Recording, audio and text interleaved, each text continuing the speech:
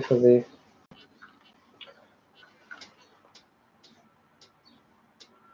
hello and peace be upon you. How are you guys? Peace upon you. So we got 6 people, already got 6 likes. That's pretty good.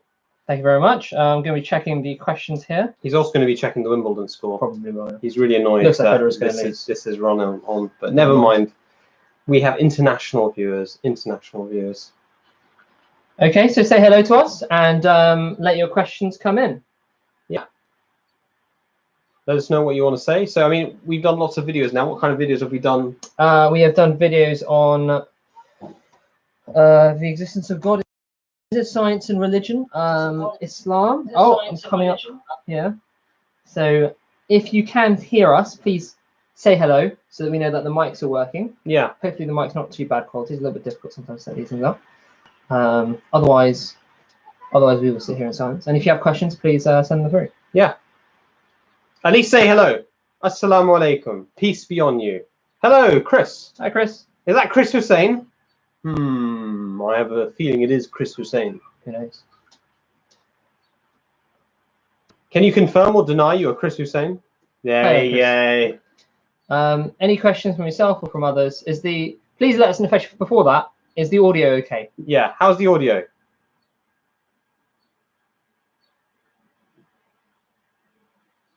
Chris, any good? Audio acceptable quality? Spot on. Nice. Fantastic. Nice. Okay. Not too shabby. That's Alex. Razik. Blimey. Goodness me. Well, if he thinks it's not too bad, then that's all right, is it? Okay. So let's know if you have any questions, guys. Otherwise, we'll just talk about, what are we going to talk about? What can we talk about? What should we chat about today? I think we'll wait. We'll wait. Okay, that's good. Let's be honest, they're all just watching. What mic are you using? Waiting for it to finish. Not the right forum, Razik. Not the right forum. This is our tech expert. He's decided to weigh in. Why does Britain need Islam? You go with that one. Why does Britain need Islam? I don't think Britain in particular needs Islam. I think the whole world needs it. I think perhaps the question is getting at what issues does Britain have which could be dealt with by Islam, which are uniquely issues relating to Britain, perhaps? Yes. So in your experience of meeting British people, what do you find is lacking which Islam can give and provide? So I think, one of the things is that British people are, in many ways they're ripe for Islam in a sense, which sounds rather, worrying to some people. But they kind of, they have a moral character, especially in interpersonal relationships, which is very Islamic. So they're very polite. They're often quite self-effacing and modest, right? They don't try and emphasize their own person too much. Okay, so all of these are qualities that actually look favorably upon Islam. And I think one of the key things that British people are lacking is spirituality in an organized fashion. And I'll explain what I mean by organized in a minute. After Christianity, because I think the British public have let go of Christianity. I agree. Yeah. I don't think Christianity is ever going to make a comeback with the British population because they've discarded it. It's no longer relevant for them. They've moved on because they recognize that Christianity has inherent flaws which you cannot get rid of without destroying the edifice of the religion itself.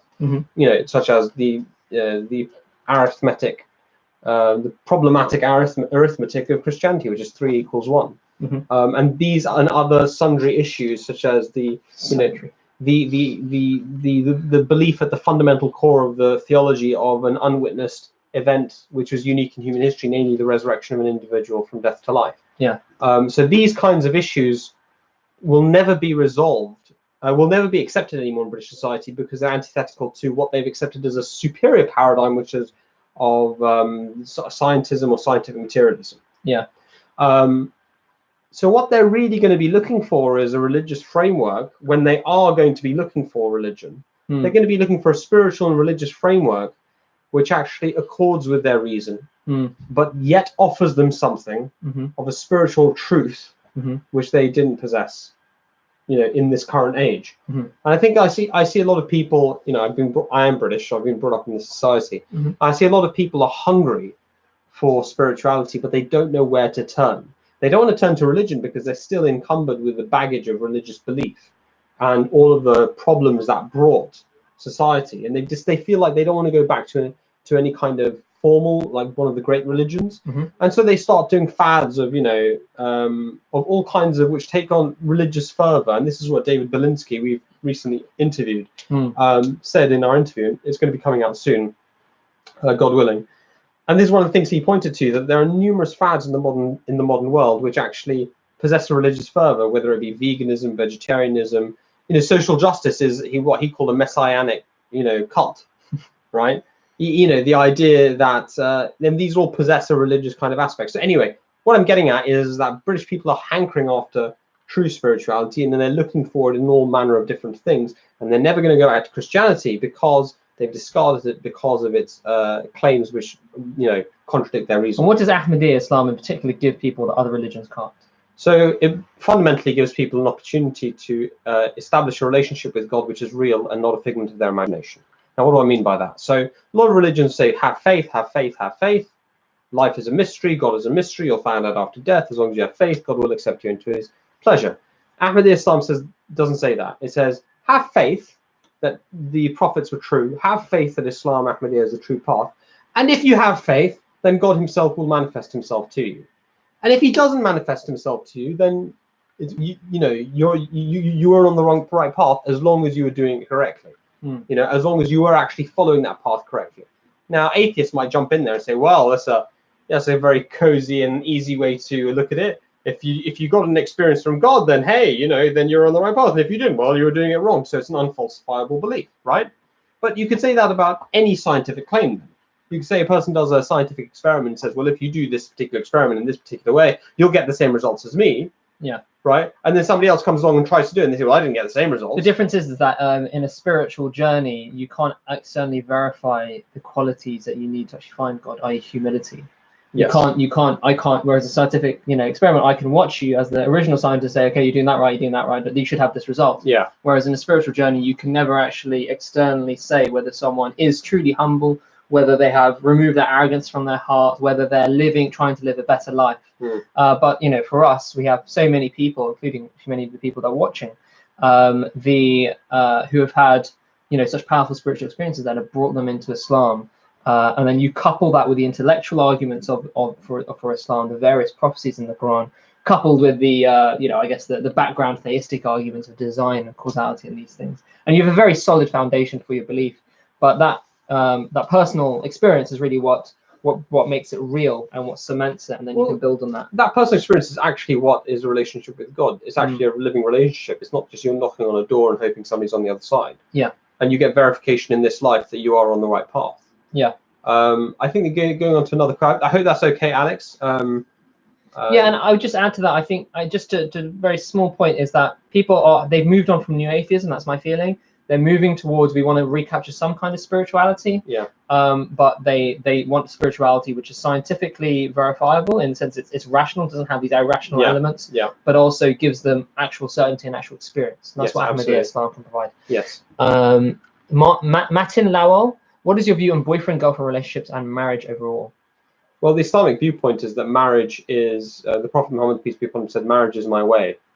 And marriage is defined in Islam as a relationship between a man and a woman. We can go on to that further if you'd like. But as for boyfriend-girlfriend relationships, well, the Islamic viewpoint, actually, the religious viewpoint generally, the scriptural viewpoint generally, I wouldn't say the religious viewpoint, because religions as they are today, they've kind of gone away from their own scriptures.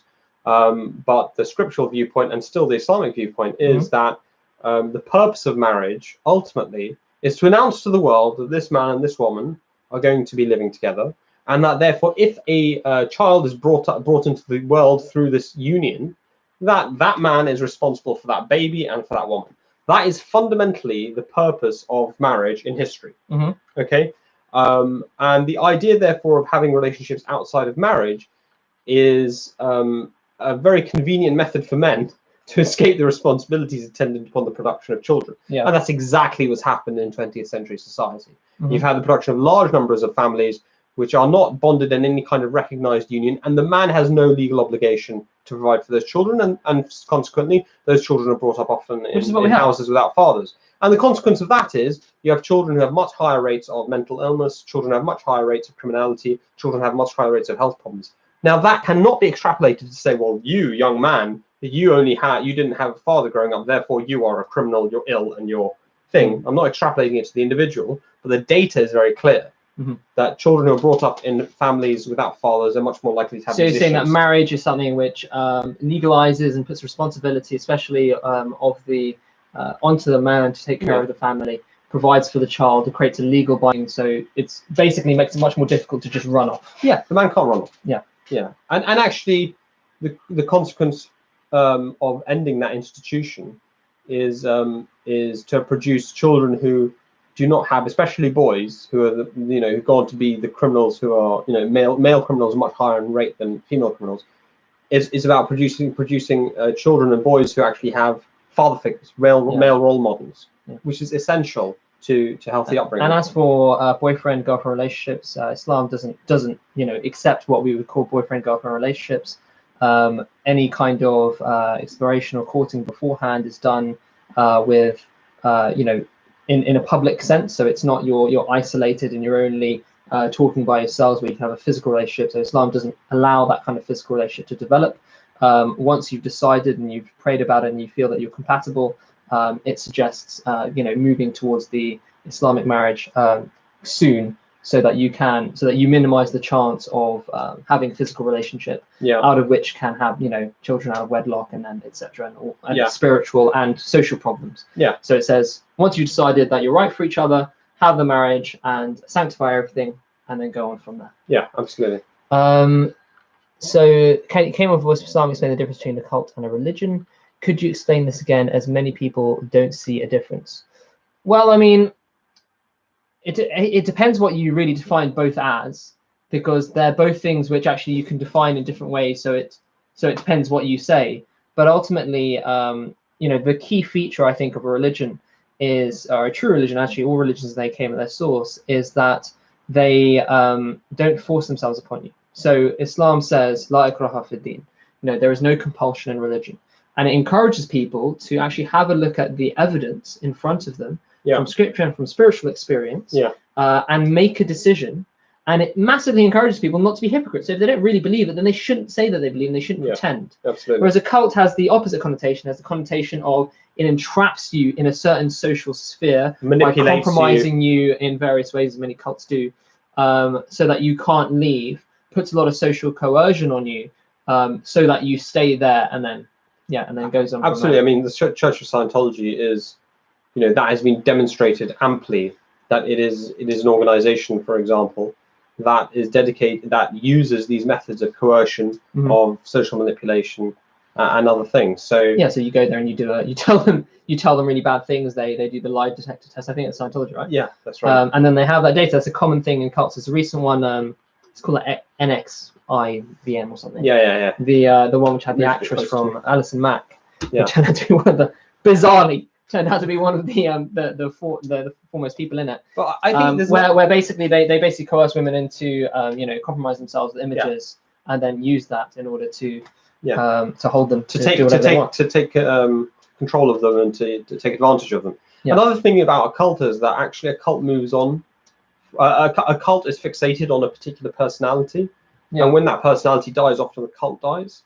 But Islam is a religion that's existed for 1400 years across tens of thousands of miles for billions of human beings who've come and gone. And it's not fixated on a particular person; it's fixated on God, right? So the Prophet Muhammad lived, he died, and then Abu Bakr, peace be upon him, stood up and he said, "He among you who worship Muhammad should know that Muhammad is dead, and he among you who worship God should know that God does not die and is ever living." So in that moment, he in fact, in my view, he separated, and he made a clear distinction that this is not a cult of Muhammad. This is a religion on the basis of the teachings he brought to lead you to God. So that's a very great point. That's a very clear division for me. So the next, hope that's satisfied. If let us know your feedback to the answer. You don't have to agree with us, but if they are good, then we'd really enjoy gratification of them, the validation of it. So the next question is, what do you think of this verse? No, so what is meant by? What is meant by he is created from a gushing fluid which issues forth from between the loins and the breastbones. So I'll read you out what the Sayyid Khalifa said. which is that this follows on from a verse which says, I'll just read the whole thing. So the verse is about the human beings and what are they created from. So the English translation, yeah. So the English translation is, so let man consider from what he has created. He is created from a gush issues forth from between the loins and the breastbones. So that's one translation. But the same Khalifa of the Ahmadiyya Muslim community said, many translators have understood the second verse to refer to the object in the first verse, i.e. the fluid, when in fact it refers to the subject in that verse, i.e. man. God states in the first verse that man should consider how he was created from a mere drop of fluid. The next verse speaks of how he remains in the uterus, between the loins and the breastbones of his mother, and is delivered from it, i.e. issues forth or emerges from it, and is born into a new world. The subsequent verse then states that just as we are created from insignificance, God has the power to cause a similar rebirth after this life as well. Then he says, the word dara'ib, breastbone, is a classical Arabic word used for females. This lends further proof to the context here that it is the baby in the uterus that is being referred to and not the sperm. So he's basically saying that the subject is that of two verses before, not the one right before it. And sometimes it's not especially clear in the English translation, but it is in the Arabic. If you take gushing fluid to only refer to sperm, then yes, you have sure. No, but gushing fluid actually, can refer to two different types of fluid. One is of the breast milk, and the other one is of the spermatozoa. And so you can also be understood as meaning simply which issue, the gushing fluid, one form of which issues forth from the spermatozoa, and the other form issues from the breast milk. I mean, one thing that medical science has demonstrated is that actually breast milk is exceptionally good for the development of children, and that actually within the first year of development, for example, the child's brain goes from at birth 30% of its size at birth. A newborn baby has the brain size of 30% of what it has as a 1-year-old. So there's a lot of development that goes on. And there are a lot of, child psychologists who believe that actually the first 4 months in particular of childhood is actually what they call the fourth trimester. It's actually, in a way, an extension of pregnancy. That explanation was in the 5-volume commentary, I believe, so you can check that out. We're going to go up a bit. So, thoughts on Tommy Robinson? Don't really want to waste time on him, to be honest. Agree with the judge. You guys are doing... Stephen Yaxley Lennon is the real name. Let's use that instead. Yeah. Thank you very much, Voice of Ahmed.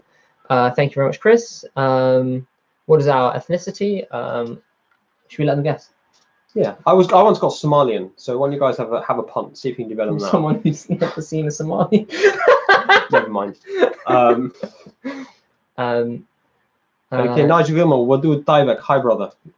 We've got a bit of conversation going on. It's great. Assalamu alaikum. Any similarity in the system of zakat advocated by Islam and our current welfare states? I think the questioner knows more than the one who's questioned. Good question, though. I would say some similarities, but not really much similarities in the sense that what is zakat? Zakat is a tax on, it's a marginal tax on wealth over a certain threshold. Yeah. And held after a year. Held after a year. And that wealth is then reinvested into social programs, essentially, to help people. Yeah. Right. So and there are various categories. Islam talks about the travel, the orphans, the needy, the travelers, etc. Various ways of helping the poor. Yeah. So where modern social welfare systems agree with that is in the principle of taking money from people and using tax revenues to spend on the people. Yeah. And spend back. Where they disagree is they don't have a wealth tax. It's not a marginal wealth tax, and often the policies of different governments won't really accord with reinvesting and helping people. They may have other financial programs which inflict a lot of difficulties on people and ultimately make them poor. Yeah. So there are some superficial similarities, but zakat properly done would be solution for so many of our financial economic ills and social ills actually. And it's actually very interesting that, for instance, what's the name in America? Warren. Elizabeth Warren. Yeah. Elizabeth Warren is advocating a wealth tax. Except that they're not, insofar as one of the problems is that current taxes on to fund the welfare system, their income taxes, and income taxes hit the whole of your lower middle class, the whole of your middle class, and your upper middle class. They don't actually hit the people with the most money, which is the people with inherited wealth, because they just effectively use their inherited wealth to buy assets and then live off either the interest from the assets or the rent from the assets, whether it be, for example, housing is a classic example. So that's called the rentier class.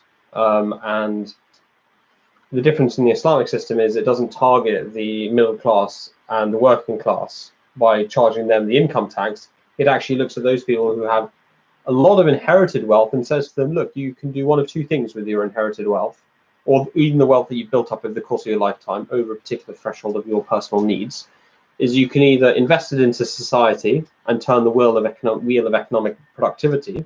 And if you do that, you don't get any tax whatsoever.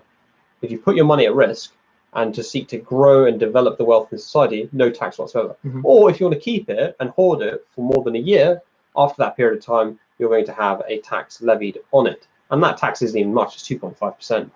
Yeah, it can be varied though. But it can be varied, but classically it's 2.5%. And so that's a big difference between the Islamic welfare system and the current welfare system. And the other difference is that actually you covered already about what people spend on. So the Islamic welfare system is directed then towards helping the poorest in society, and that would actually mean that as wealth becomes, it effectively does acts to increase what's whereas known as a lot of tax revenues at the moment go to defense budgets. Yeah. So what that would do is it would effectively taking wealth that's tied up in society and using it to increase money velocity. So money velocity is a concept of whereby if I have £1 and I give it to him and then he gives it to 4 other people, you've brought into being 5 different items of goods and services in society. So the whole society's got richer. If I have £1 and I put it in my bank and I keep it there, it hasn't done anything. And so you've effectively unlocked the wealth within the country. Whereas with income tax, it doesn't even target that unlocked wealth. And most of that unlocked wealth has now gone offshore. Yeah. So lots of big issues there. Hope that was okay. Pakistani or half English, half Pakistani? No, mate. 100% Pakistani. Have we ever heard of No, haven't heard of that on YouTube. No, sorry. not. Hope it's not racist. So do we. We'll be racist about it. Your stream has more viewers online than the UN stream. I think that's more bad for UN than it is for good for us. Given that we have 12. Yeah. So more questions. We've gone through all your questions. Is that all the questions you have? No other questions. Give us some likes as well. No, that's probably not something we're into. Okay, so any other questions or issues that you're facing in a religious or Islamic context? Have you seen any questions about Islam that questions about Islam that made you doubt, made you think, oh, is that correct? Is that, how would I deal with that? Do you not know how to answer that question? Feel free to ask us and we will see if we have the answer. What advice would you give Muslims trying to get closer to Allah? And what about ghosts in Islam? That's a good question. I want to do the second one first. What advice would you give to Muslims trying to get closer to Allah? It depends on who is asking. I think the most important thing really is to focus on your prayers and make sure you're regular in your prayers. And I think one of the most important things in regularity in prayers is actually the etiquette of prayers. People don't understand. So a lot of people I see praying, they're praying like this, they're looking around like this, doing this, over there. If I was talking to somebody and they were going, you know what? I wouldn't be very engaged in that conversation with them. So, when you address God, you should look at a particular spot between your feet and you should focus upon that spot. And your eyes should never deviate. Okay, you should simply never look up. Okay, that's one aspect of it. Another aspect which I would just give advice for is that, if anybody wants to learn the true picture of Islam, they should read the books of the founder of the Ahmadiyya community, whose name is Mirza Ghulam Ahmad. So if you type in philosophy of the teachings of Islam into Google, you'll be able to find a fantastic book which will really open your heart up to attaining nearness to God. Yeah, I think another thing I'd recommend is the book Conditions of Bet by the fifth Caliphate of the Ahmadiyya Muslim community, Melodia's helper. That's a fantastic book. It goes through essentially the commandments of Islam, and that is also another, major aspect of getting closer to God is follow. It's a very simple thing, but it's follow the commandments. Yeah. Follow the rules, regulations, and things that God has told you to do, while having a good, humble spirit in your prayers. Yeah. And you will go towards God. And also remember that spiritual progress, you may not, it can ebb and flow. Often the people at the beginning of their spiritual journey see massive gains. Yeah. And then it plateaus. That's right. Actually, a bit like weightlifting. So I know a lot about that, obviously.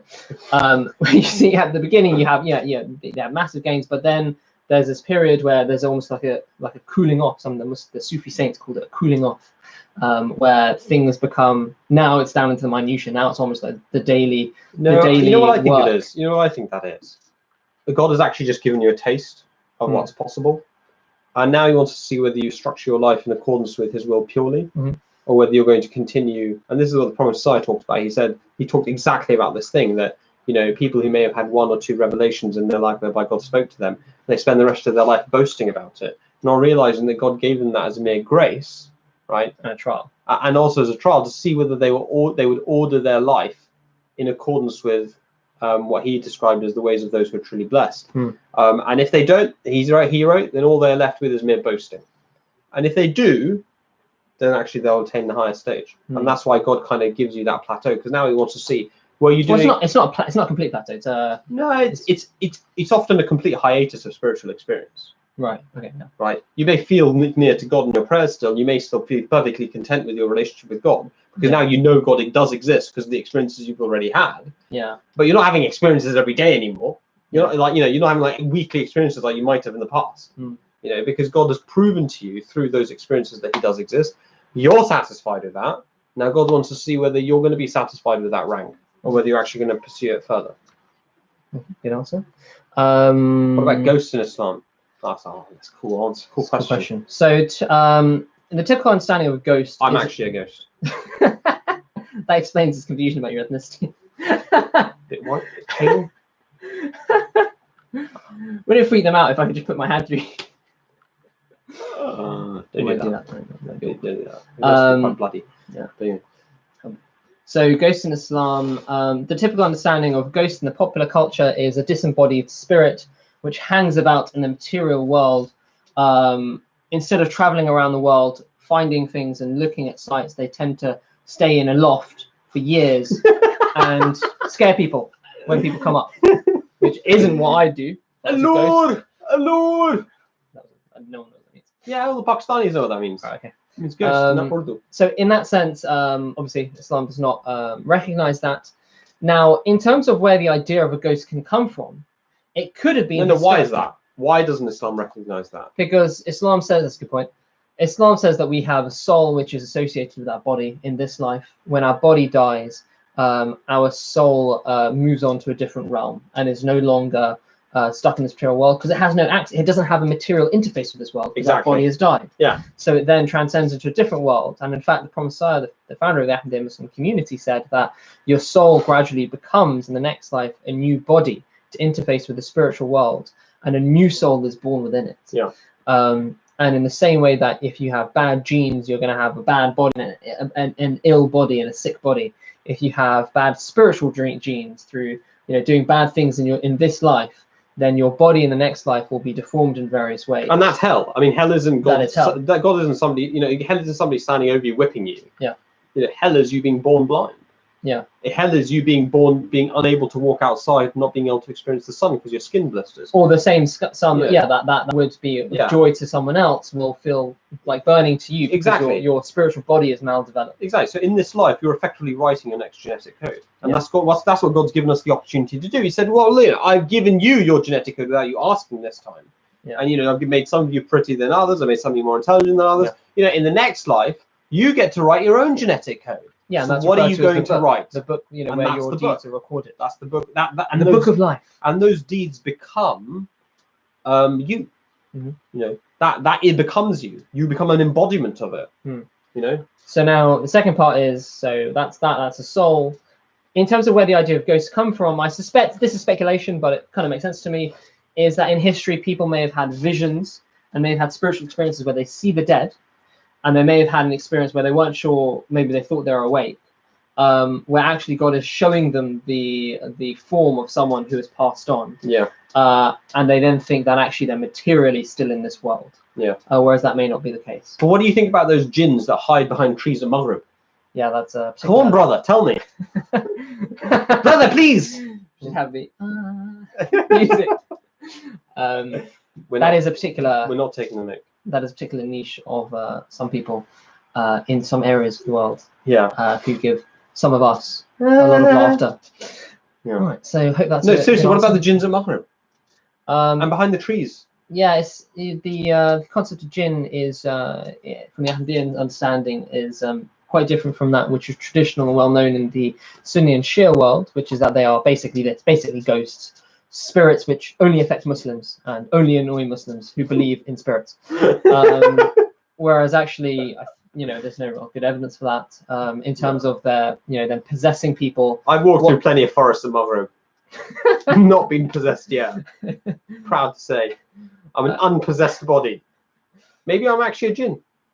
Anyway, we should move on from this topic. No, maybe Tahir is actually hidden. What I'm saying is that in terms of a lot of people believe in jinns because they see videos of jinns or people or Muslims. It's actually very sad. It's actually very sad on YouTube. But actually, this is usually psychosis, manifesting in a culturally appropriate way. Yeah. So only people who believe in jinns will act in a way that they're possessed by jinns. Whereas actually, if you're a white secular person, when you start hearing voices and start feeling that someone else is controlling your body, you'll assume there's a microchip in your ear. You'll assume that MI5 is controlling you by remote control. Yeah, so which is what they say. And in Africa, if you believe in your forefathers and your ancestor spirits, then they'll think that they're being possessed by ancestor spirits. Yeah. So various psychological problems manifest in, especially psychosis and schizophrenia, manifest in culturally appropriate ways. And the reason for that is because everybody sees the same psychosis, but the delusion, which is a reaction to the psychosis, is hallucination. So everybody sees that's right. Everybody sees the same hallucination, but the delusion is actually an explanation of your hallucination. So when I worked in psychiatry, it was a really big, kind of mind-blowing moment for me when I suddenly understood all these people I was meeting who are hallucinating, and they were explaining it that, this is because of this. Actually, they were trying to simply logically explain in a way that made sense to them personally. Yeah, because if you start hearing what they had seen, I'm after you, I'm gonna get you. You actually start hearing this, and you look around, there's no one there. Then it's actually rational to think, well, maybe there must be a microchip in my head. Yeah, maybe somebody abducted me. Paranoia. Yeah. Yeah. Whereas if you're say a Muslim from Sunni or Shia background, you may think, well, these are jinn. Yeah. Because that's you rationalizing it. Exactly. Right. Let's move on. Can't believe you're South African. You've been pretending to have a British accent all this time. I know. What do you do if things like school get in the way of your prayer? I can't not go to school, but I want to be able to pray at the right time. So most schools have a prayer room. And every school has a break time. And every school has a break time and lunch break. So, I mean, when I was at school, I used to go to the prayer room, pray, and then go to lunch. Or I'd go have a lunch and I'd go and pray. And if there isn't a prayer room, then you find a spare empty room. And you do it there.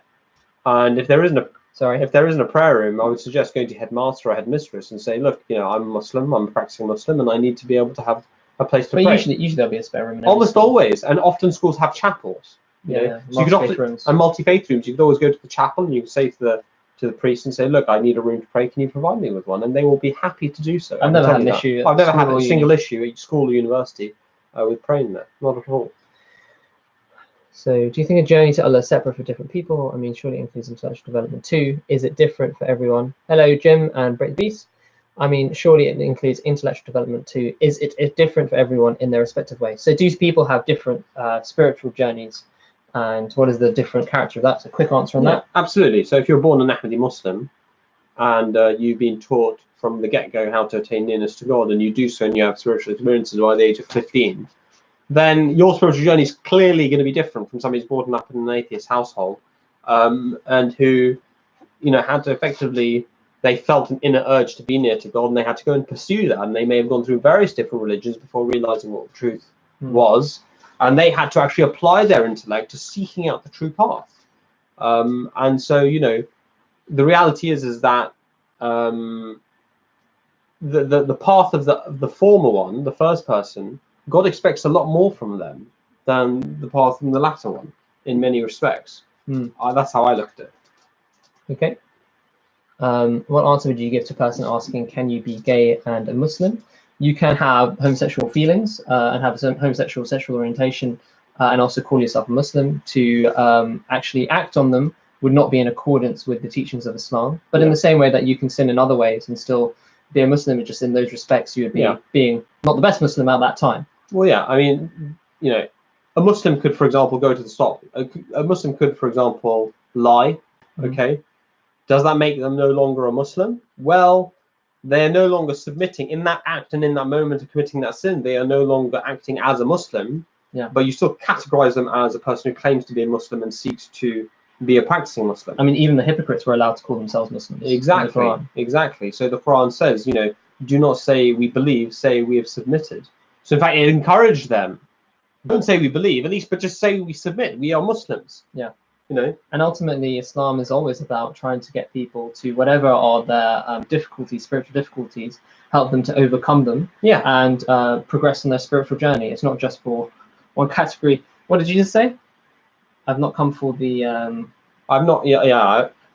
I've not come for the. Something I can't remember, but it ends with I've come to call the sinners to repentance. So I mean, you know, the purpose of Islam is to wash people of their sins, to enable them to undergo a pure transformation in their life. It's not to only accept those people who are already pure and say, "Ah, wonderful, congratulations," you know. Yeah. So you can There'll certainly be religions of one. Which you is can certainly be gay and call yourself a Muslim, and you can even indulge in homosexual acts and still call yourself a Muslim. Whether you are a Muslim in God's eyes at that time of those acts, you know, God, as a Muslim would say, you're acting against the teachings of Islam. But it's for you to go on your spiritual journey and get near to God and to figure out those issues which are leading you towards that kind of belief, leading you towards those kinds of acts. So yeah, in the same actually, you can be heterosexual and also have, you know, various, you can have boyfriends, girlfriends, etc. Exactly. Have sexual acts with them. No one would say, you know, you can no longer call yourself a Muslim. Yeah, exactly. You may say this is against the teachings of Islam. This is against the teachings of Islam, but you know that label is there. Okay. Because I think it's very important to point out, when you call yourself a Muslim, that doesn't make you a Muslim. In the eyes of God. In the eyes of God, that doesn't make you a Muslim. All you've done is you've claimed that I have submitted to God.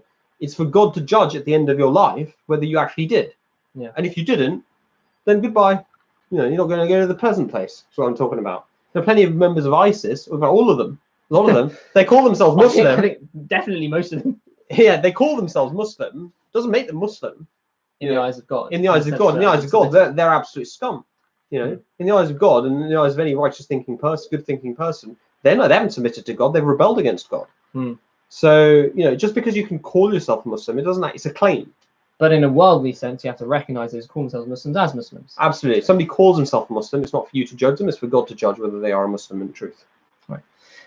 Unless they're ISIS. No, I did. Oh man, I've got myself into a sticky situation there. The system of Caliphate in Islam declined to the promised Messiah. How do followers of religion know when the Caliphate is no longer a true Caliphate? If we believe the Caliph, how do followers of religion know when the Caliphate is no longer a true Caliphate if we believe the Caliph is elected by God? So before the promised Messiah is coming, Caliph ceased to be elected by God at the time of Hazrat Amir Mawiyah. You know, after the first four rightly guided caliphs, and the founder of Islam, the Prophet Muhammad, peace be upon him, himself said, you know, that after my death there will be a period of 30 years, which will be you know, who will be Khilafat on the precepts of prophethood. Khilafat will last that long, 30-something years, and then thereafter there will be kingship. Then there will be monarchical despotism. And then he said thereafter there will be Khilafat on the footsteps of prophethood again. And so, you know, we know that those weren't Khalifas elected by God, because after that period of time when Khilafat on the precepts of prophethood finished, it went to the next phase, which is what he himself said, which is it will be monarchy, which it was. And then afterwards it was, you know, despotism.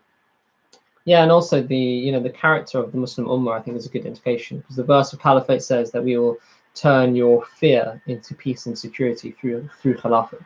So when you see a Jamaat that has peace and security and is steadily progressing along Islamic lines, this is a very good, you know, indication that actually Khilafat is continuing in the strong way. Whereas when you look at the rest of the Ummah, especially before the time of Prophet Messiah, the Muslims themselves, even the divines, were calling out that we need someone to reform us. They're in a state of great fear and anxiety. And when the Prophet Messiah came, for those who followed him, he turned their situation from that state of fear and anxiety into a state of peace and security. Yeah. So dreams as proof of Islam. What about people who are following other religions and cite dreams as factors in their converting to religions other than Islam? Well, I think we should recognize that, first of all, Islam is not of the view that people of other religions don't have spiritual experiences.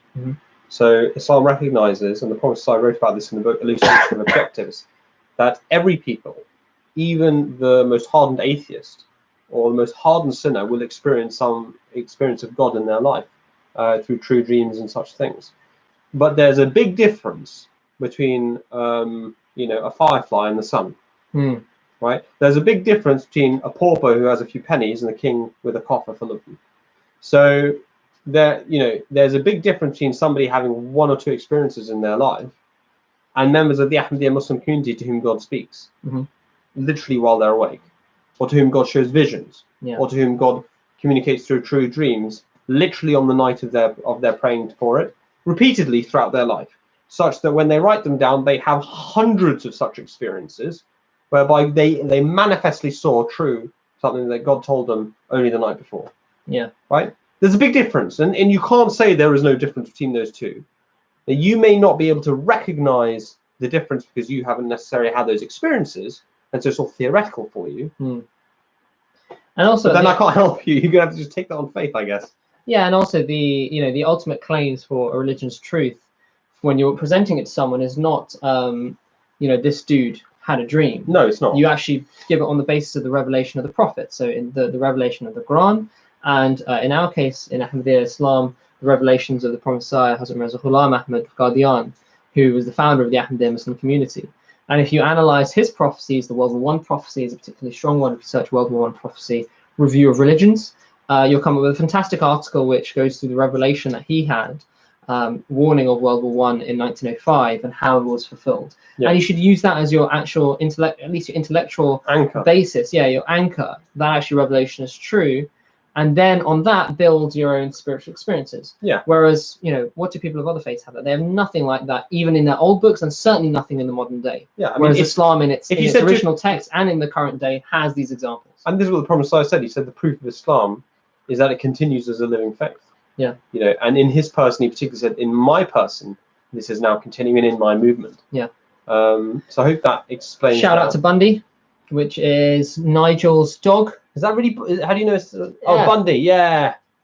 Bundy. What kind of dog is it? Yeah, let us know. Nigel, let us know what country you're going from. What about out-of-body experience? And people who remember past lives. What those the Quran and Islam say about that? So out-of-body experience and people who remember. Do you want to take them one at a time? So out-of-body experience is a well-known phenomenon, which actually, to my mind, demonstrates the truth of the concept that we have a soul. There's so many people who have, if you go on and don't touch it, I'll touch the computer because you keep moving it. So nderf.org, NDERF is a collection of people's, please stop. Is a collection of people's experiences who've had out-of-body experiences, and often that's near-death experiences. Sometimes it's during surgery, and often they will have seen actual things happening while they were clinically dead, which actually happened, which they verified afterwards, which I think is pretty strong evidence for a soul, personally. So clinically dead, do you mean they're dead and they came back to life? Yeah, the CPR going on them, their heart stopped. Right, and somebody's doing CPR so they've still got a heart beating. It's not the same, mate. Yeah. The brain's not being perfused here properly. But are you saying that people come back to life after they die? No, because the difference between resuscitation and resurrection. Right. Okay. Resuscitation is, we've effectively restarted your heart before your brain is completely died and fried. Yeah. And resurrection is your brain died and fried, and then it was created anew. Okay. And what was the other thing? That's body and people remembering their past lives. I'd like to see any evidence of that.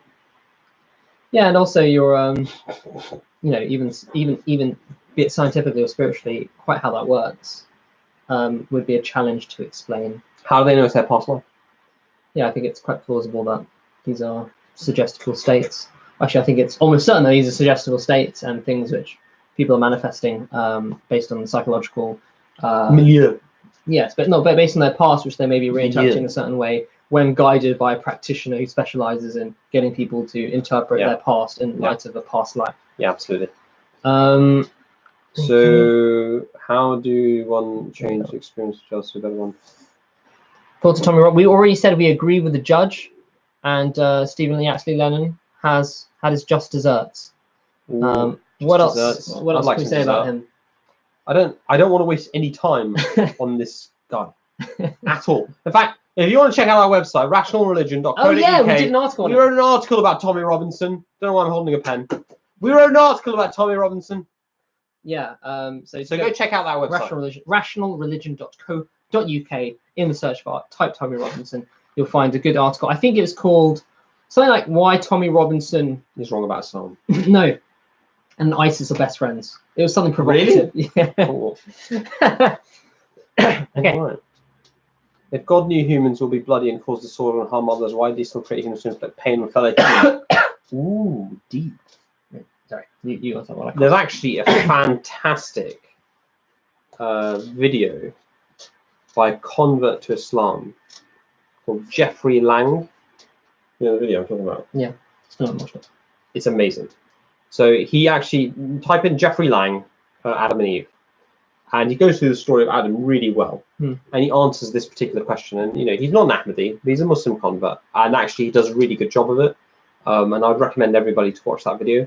But in summary, you know, if God knew humans will be bloody and cause disorder and harm others, why he still create humans? Well, to inflict pain on fellow humans, I believe there's a hidden premise there, which I would disagree with. Yeah, so God didn't create humans to inflict pain on other humans. He created humans to choose whether to reflect and embody a higher state of consciousness. And so New Agey, what does that mean? His attributes, whether you reflect God's attributes or not. It's Islamic, man. Yeah, so whether you reflect God's attributes. So, you know, higher state of conscience, dude. Yeah. Well, no, that is a higher state. But you're conscious of the highest being in existence because by virtue of attaining his qualities and attributes, or a reflection of his qualities and attributes. Okay. So, you know, but the reality is those qualities and attributes would not be meaningfully attained unless somebody chose to adopt them. That choice means that you also have the ability to to reject it and also manifest ungodly attributes where you'll be harming people unnecessarily. Yeah. So God didn't create us so that we can inflict harm. He created us so that we may know him with free choice. But with that free choice, you also have the ability necessarily to also act in an ungodly way and harm others. Absolutely. And the responsibility for acting in that ungodly way is not God's responsibility for creating you to have the choice. It's for you for exercising the choice to act in an ungodly way. Someone goes out and murders someone, that's their fault. That's not God's that's not God telling them to do that or God doing it. Exactly. That's them doing it. Exactly. So people have to bear their own responsibility. Absolutely. But in an Islamic and a theological context, they'll be judged and rewarded or requited in accordance to the way that they did act. Yeah. So ultimately justice will be done. Which is why in Islam hell is not eternal, because you can only do a finite number of evil things. So we'll leave that there for you. Next thing. Right, there's a little conversation about dogs. I bought a book on Islam for dummies. Well, you're not a dummy. Don't do yourself disservice, mate. Oh, they're flying in, aren't they? Thoughts about death to the West. Oh my goodness me. Well, okay, I live in the West and I'm a Western person, so I don't have any death to the West. So a book for Islam for dummies.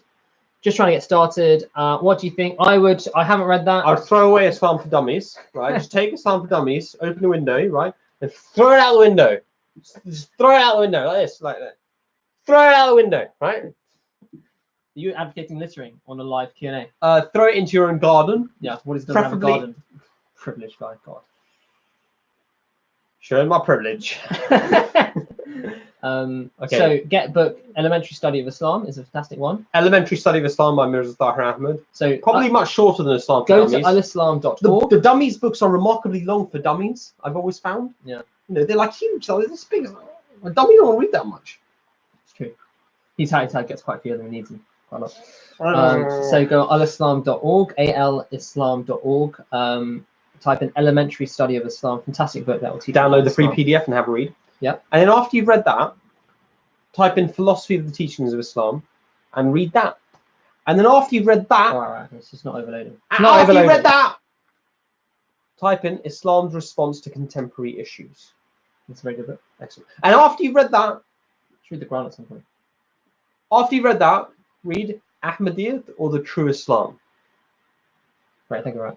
And then after you read that, hold on, we need to move on. After you read that, sit under a tree and be enlightened. In a higher state of consciousness, dude. Right.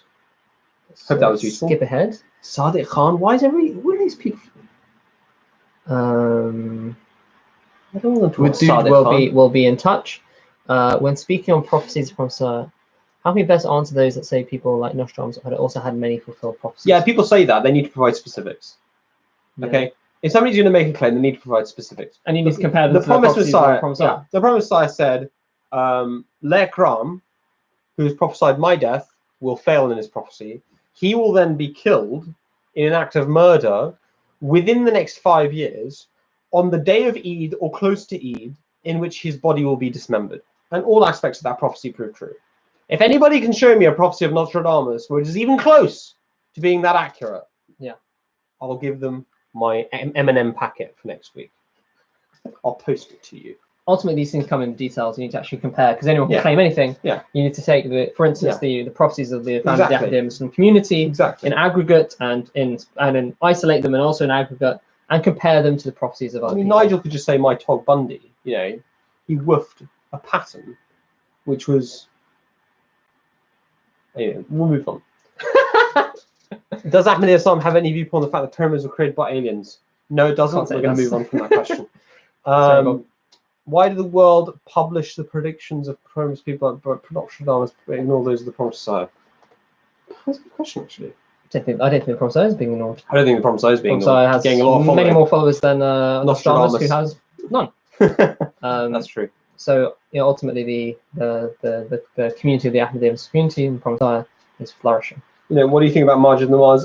Look, I don't like to talk about personalities, especially such personalities. I probably shouldn't insult people on live Q&A sessions. But anyway, you get the idea of how I well, you can compare what he said about Islam, and if you have any specific points about what he says, then we can answer them. Yes. I think I would say in a very general sense, I don't think he puts forward Islam in the correct way, and he doesn't advocate for. He doesn't explain Islam. Yeah. And actually, when it comes to issues of jihad and terrorism and things like this, the Ahmadiyya Muslim community is a leading organization for explaining the true Islamic concepts, such that you're really left with nowhere to turn.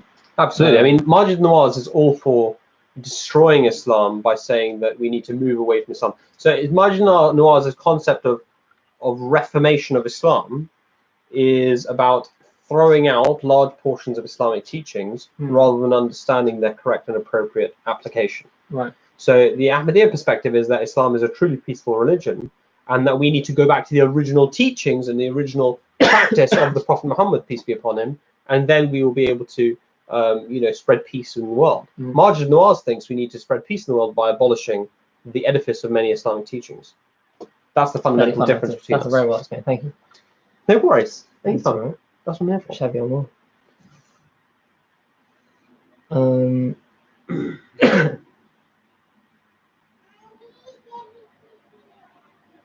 Tommy Robinson has many Muslim friends. He is misunderstood. Look, man, this guy's a criminal. Don't want to talk about him anymore. He's a complete nobody. All right. He's a person who held up the Quran and on live TV on Good Morning Britain said this is a book of death and terror, and this is a book of violence. Okay, that's what we respond to in violence. That guy doesn't understand Islam at a basic level, and any Muslim who is friends with him, frankly, has not recognized what Tommy Robinson actually stands for. Can a person's life become worse if they are on a religious path, or does that mean they do it wrong? Worse meaning more bad luck, bad experiences. Bad luck or bad experiences. I think it's a very general question. No, I don't think if they're truly on a religious and spiritual path, even if they have adversity in their life, they will have more contentment in their hearts and be able to deal with it in a better way. My voice is going. But actually, when you have a relationship with God and you have spiritual contentment, then you can deal with the difficulties in your life in a much better way. Things won't throw you in the same way that they will without God. So no, I think if you're doing religion, you're doing it right. No, I don't think you'll have more bad luck and bad experiences by any chance. Especially when you have a relationship with God and He answers your prayers. I think that's the best luck, good fortune that you could possibly have. So Nazak Safina, Assalamu alaikum. So could Ahmadi women have professions in any public facing fields like arts and culture and entertainment and sports watched by everyone, like stand-up comedian, actress, news anchor? So so I think the principle simply has to be applied, which is that no Ahmadi or no Muslim, whether they're male or female, are permitted to be in any kind of well, occupation, or should be. or should be. What do you mean should be? It would. They should not. They are not permitted from the Islamic teachings. That's what I mean. Yeah. Yeah, they should not permitted. It's not that anybody's going to force them not to be. Right. But they are not permitted by the Islamic teachings to be in any profession in which they cannot discharge their obligations to God, first and foremost. Now, there's nothing un-Islamic about a woman, for example, being a public figure in Islam. There's nothing in Islam that says a woman cannot be a public figure, that she can't be a writer, that she can't be a speaker, that she can't be an educator, that, all these kinds of things. There's nothing like that in Islam. Mm-hmm. What is prohibited is the commodification of women. And that's often that happens in the entertainment industry. Okay, mm-hmm. Women are massively commodified, and they're fundamentally used for their looks. Mm-hmm. And there are many actresses who have spoken about this at length. And so for that reason, those professions are discouraged mm-hmm. in Islam and in the Ahmadiyya Muslim Jamaat. But there are female speakers, writers, authors in the Ahmadiyya Muslim community. Probably the most well-known Western one is Khala Maryam Hubsch mm-hmm. In Germany. She's, she appears on news channels quite frequently. She writes articles in newspapers. She speaks on debates, live debates on TV, which you can see on YouTube have 400,000 views. If that isn't appearing publicly, mm-hmm. I don't know what is. And the Khala Maryam Hubsch recently brought a guest to Jalsa Salana, Germany, which only just finished a week or so ago, and the guest asked actually quite a similar question to the Khalifa of the Ahmadiyya Muslim community, and the Khalifa of the Ahmadiyya Muslim community pointed to Khala Maryam Hubsch and said, well, actually, she's a better speaker than many men in the Ahmadiyya Muslim Jamaat, and she's a regular speaker in this regard. But the point is that the things she speaks on are befitting for the dignity of an Ahmadiyya Muslim woman. She's actually trying to change society for the better. There's nothing wrong with that. And our Khalifa is well aware of her excellent activities and her excellent work. Thank you. Right, so a lot of the comments are getting away from us, and we're also coming up to an hour. Yeah. So I'll try and answer one more. Could you touch upon the idea of polygamy in Islam? Does it happen in your community? So in terms of polygamy in Islam, polygamy is allowed up to the limit of 4 wives in Islam. It is not necessarily encouraged. So let's go through the why specifically, in what context. While it is generally permitted, as long as it's within the bounds of the national law, it's specifically permitted for the context of war.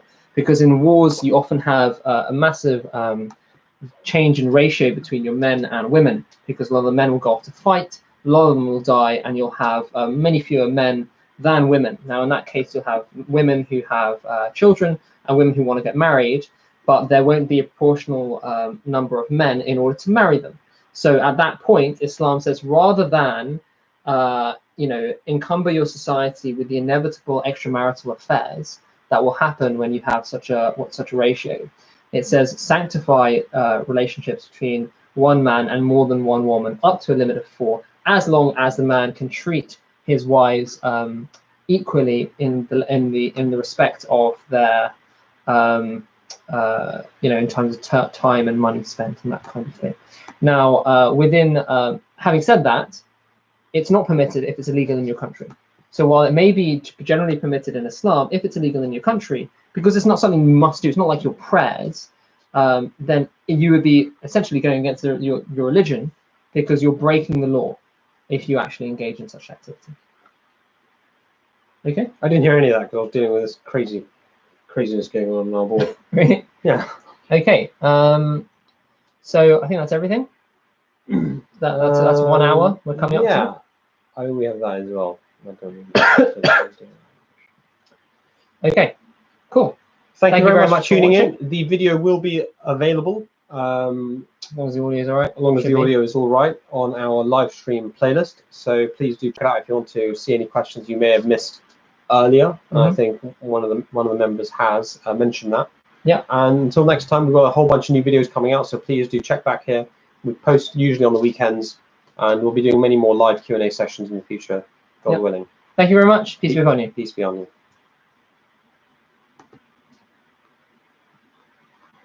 Oh, and one last thing, make sure to check out our website, rationalreligion.co.uk, and make sure to subscribe to our channel and hit that bell so that you get any new notifications when we drop a new video. Yes. Okay? Thank you very much. Got that. Cool, blimey. Oh, and guys, like this video. You know, you've been here for how long? You need to like it and share it. So please Once we get to 15, we'll go. Yeah, no. Really? No, this is go. Yeah. Hold on. All right, guys. Thanks very much. I'm waiting for the top. Oh, we've got 10. Let's not do this somewhere. Not do this. I have longer beards. Thank you very much, everybody. Peace be on you. Thank you. Bye.